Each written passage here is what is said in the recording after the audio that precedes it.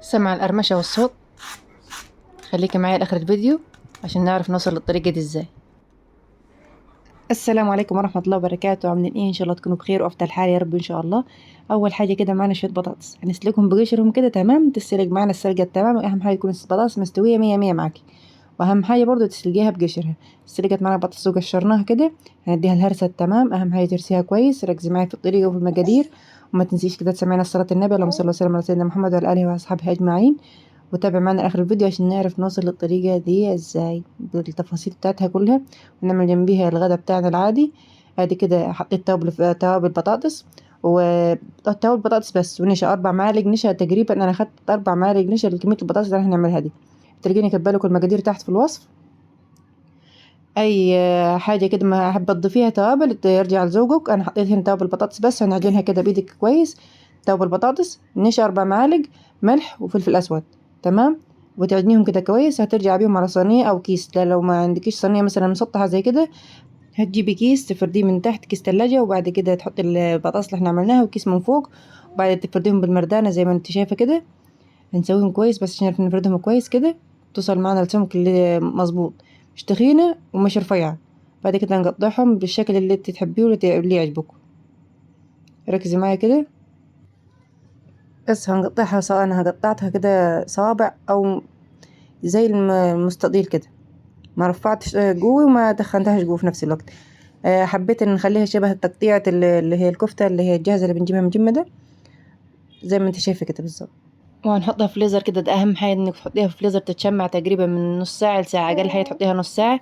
وبعد كده تحطي الميه كده على النار بتغلي، معانا شويه ملح وشويه زيت في الميه اللي بتغلي. وبعد كده هننزل بكميه المكرونه اللي هنستخدمها، هنعمل مكرونه عاديه خالص اي نوع قصه انت بتفضليها. وهنعمل مع بعض الصلصه الحلوه اللي انا متعوده نعملها، اللي هتخلي معاك الصلصه لونها احمر. اول حاجه يكون معانا معلقه سمنه يا جماعه، السمنه بتخلي طعم الصلصه حلو، وتوم. توم على كده عادي يعني، مش فيش اي توابل معاه لحد لما ياخد معنا اللون الذهبي ده زي ما شايفين كده. بعد كده هننزل عليه بمعلقه صلصه، بس الصلصه تكون محترمه لونها احمر وتقيل عشان تسبك معنا الصلصه وتبقى لونها جميل برضو.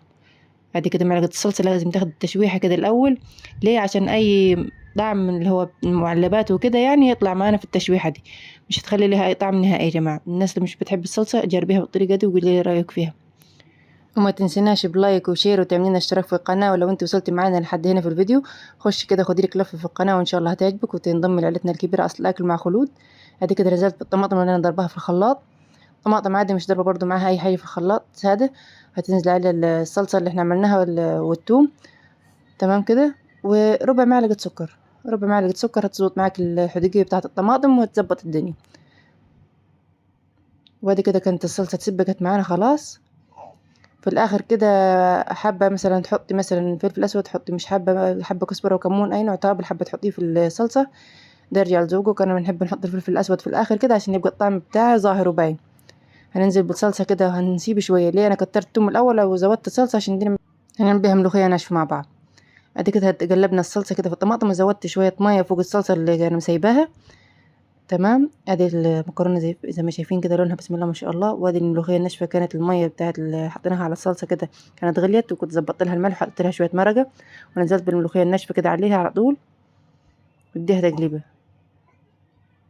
لحد لما يظبط القوام معاك، القوام اللي انت تحبيه. في ناس بتحبها تقيله، في ناس بتحبها خفيفه، انا بحبها بصراحه وسط، لا كده ولا كده. اللهم صل وسلم على سيدنا محمد وعلى اله واصحابه اجمعين. ادي المنظر بتاع الملوخيه زي ما شفتوا كده معانا.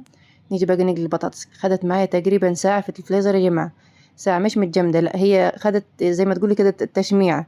التشميعه دي هتساعدها ان انت لما تقليها ما تفكش منك في الزيت وتسيح كده وتبقى حاجه مش حلوه خالص، لا تطلع معاكي مظبوطه زي ما شفناها كده في اول الفيديو. وركزي برضو هتشوفيها معايا برضو في اخر الفيديو كده. وادي دلوقتي عملت التست للزيت ان هو كان سخن وجميل. ادي كده صوابع البطاطس الفريسكس نزلت معانا في الزيت، مش هتشرب معاكي زيت كتير، او بس اهم حاجه لما تطلعيها من الزيت تحطيها على منديل المطبخ. الصراحه كانت خلصانه من عندي. ادي كده تبصي في الدقيقه يعني خدت معانا اللون، مش هتاخد معاكي وقت خالص، وتطلع معاكي هشه، مش محتاجه بيكنج باودر، مش محتاجه اي حاجه. هي نفسها كده هتشوفيها معانا في اخر الفيديو. بصي منظرها جاي ازاي. وادي كده بصي بسم الله ما شاء الله. وادي الزيت زي ما شايفين والله نضيف ما فيه ولا حاجه، والزيت زي ما هو زي ما حطيناه معاكم من اول ما شفتوا اللقطه بتاعت الزيت لحد اخر برضو. انا حطيتها من البطاطس الفريسكس هتلقى الزيت زي ما هو ما قلش خالص، لان ما شربتش زيت، لان الطريقة الحمد لله مظبوطة معانا وناجحة. وبعد كده هنحط الحطة التانية بتاعت البطاطس الفريسكس. انا حبيت ان اقطعها تخينة شوية زي ما قلت لك، انت برضه يرجع لذوقك، لو انت حباها ترفعيها تخليها شبه البطاطس اللي هي الفرايز اللي احنا بنجيبها من السوبر ماركت المجمدة دي. ده يرجع لذوقك. انا كنت حابة نغير الشكل كده وتعمل بس بصراحة يعني البطاطس دي يا جماعة والله ادمان. تسلم دماغ اللي اخترعها واللي فكر فيها. بصراحة يعني أحلى بطاطس كلتها، وعمر ما هنبطل نعملها، واعتمدتها وصفة معايا في المطبخ كده نعملها كل يوم، لدرجة إني عم فكر نبطل ناكل لحمة وفراخ وهنعيش عليها دي من جمالها ومن حلاوتها. بصي شايفة الهشاشة بتاعتها، مش كابسة ومش معجنة، حاجة كده ما وراء الخيال. يعني حتى تعمل الوصفة دي انت مغمضة عيونك تطلع معاك ناجحة ومظبوطة من أول مرة. زي ما شايفين كده هنطلع البطاطس كده من الزيت، ومش شاربة زيت نهائي خالص معنا. ركزي كده في كمية الزيت في أول الفيديو وفي آخر الفيديو، مش شاربة معانا زيت نهائي. بس هي كانت محتاجة تصفر من دي. اسمعي كده الصوت.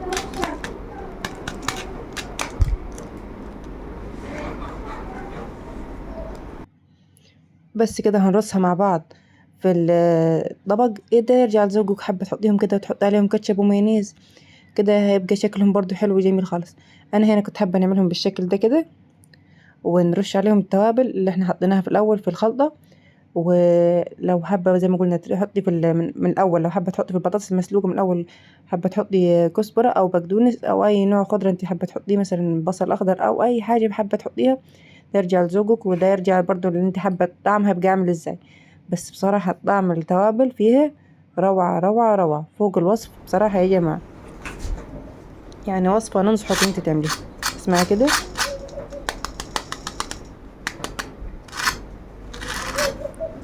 شايفة القرمشة والحرمشة بتاعتها كده. بصي من جوه كده، ركزي معاي. شايفة الهشاشة بتاعتها، شايفة ان هي من جوه مش معجنة معانا، حاجة كده عاملة زي الحلويات. بالهنا والشفا يا رب على قلوبكم. وما تنسوش تجربوا الوصفة كده وتقولي رأيكم فيها في التعليقات. ونخش كده في التعليقات نملاها كده الصلاة على الرسول اللهم صل وسلم على سيدنا محمد. عايزة التعليقات كده تنفجر بالصلاة على الرسول اللهم صل وسلم على سيدنا محمد. تمام زي ما شايفة المنظر روعة. بس عايزة اي صوص جنبيها كده، ودي يعني تعتمديها سندوتشات بالليل كده للأولاد، او في اي وقت وهم مثلا في المدرسة، حاجة كده خيال. رشيت شوية توابل على البطاطس كده، هننزل بالمكرونة كده في الطبق معانا. ده طريقة التقديم ترجع ليكي. وادي كده يوم موفر يا جماعة، عديناه كده من غير لحمة ولا فراخ، وفي نفس الوقت أكلة قمة في الطعام وكده واللذاذة وطعمها رائع. يعني اديكي توفرتي يوم في الأسبوع من السلسلة اللي احنا قلنا عليها بتاعت التوفير. ادي زي ما شايفة كده شوية الملوخية الناشفة، بسم الله ما شاء الله بالصحة والهنا يا رب على الليل نصيب في حاجة. ادي شوية الملوخية كده زي ما شفنا، مكرونة، ملوخية، بطاطس فريسكس. بصراحة يعني ثلاثي رائع. ما تنسوش في نهاية الفيديو كده تدعمونا بلايك وشير وتعملونا اشتراك في القناة، ولو انت أول مرة تشوفينا كده تعملونا اشتراك في القناة. أحبائي في الله، نشوفكم على خير في فيديو جديد. مع السلامة.